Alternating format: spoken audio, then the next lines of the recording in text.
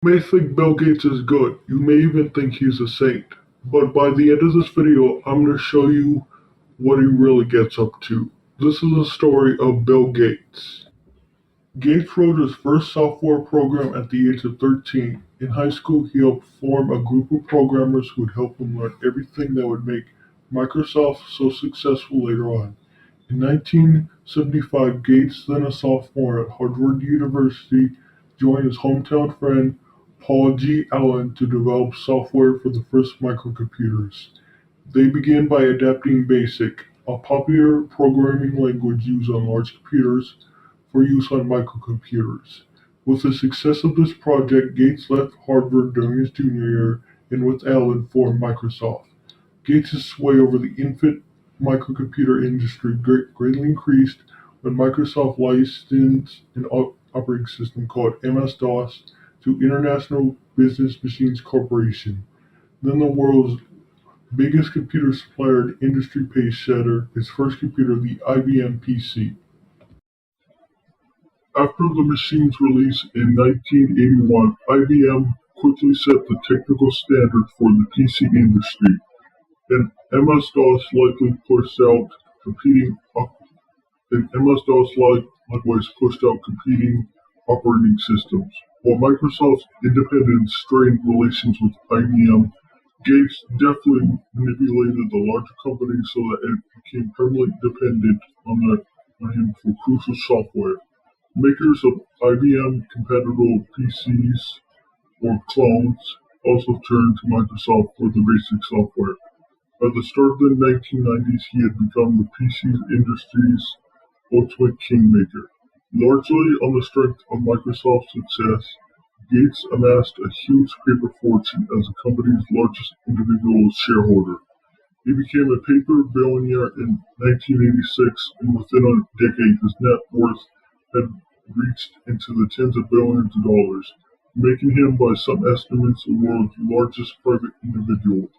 Then, as Microsoft's power and reputation grew, and in 1998 it attracted the attention of the U.S. Justice Department's Antitrust Division. So Bill Gates launched the Bill and Melinda Gates Foundation one year later to distract from the DOJ antitrust case and to make him look better. We're going to stop here on his rise to power because the purpose of this video is to find out what Gates really does with his money. So let's get into it. In the 2000s and 2010s, Gates used his money to convince the government to adopt Common Core as a way to narrow the learning gap. But Gates's real plan was to make mindless worker drones that could work in his factories via the schools. But since each school had different standards and teachers, it did the exact opposite of what was intended. Gates has also used his foundation as a means of making even more money. For example, he has used poverty-stricken African people to harvest passion fruit, a key component of Coca-Cola, in addition to using them as a cheap source of labor for his factories. Gates has bought up massive amounts of farmland to try and bring small farmers under his control. Gates is also a perv, as his numerous affairs and questions he has Microsoft female employees will show. He's also used the vaccine and beyond an impossibility to try and kill as many people as possible. In addition, he has released mosquitoes into Florida and Texas to try and bring back malaria. And he has funded a geoengineering project to dim the sun. I suspect that Gates is training one of his children to take over after he dies. Now I know you're wondering, why does he do all this? The answer is he wants to make more money and power so he can control everything and kill everybody except his friends and family. But luckily, ever since 2008, people have been slowly waking up to the realization that Gates is evil. But the coming economic depression may be the only thing that can defeat him. If you are afraid of this depression, don't be.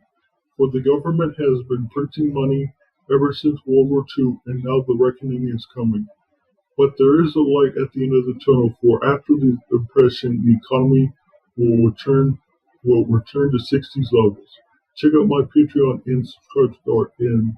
subscribe so you don't miss my video on why climate change is a lie and Secret War, the war America has been fighting for a century.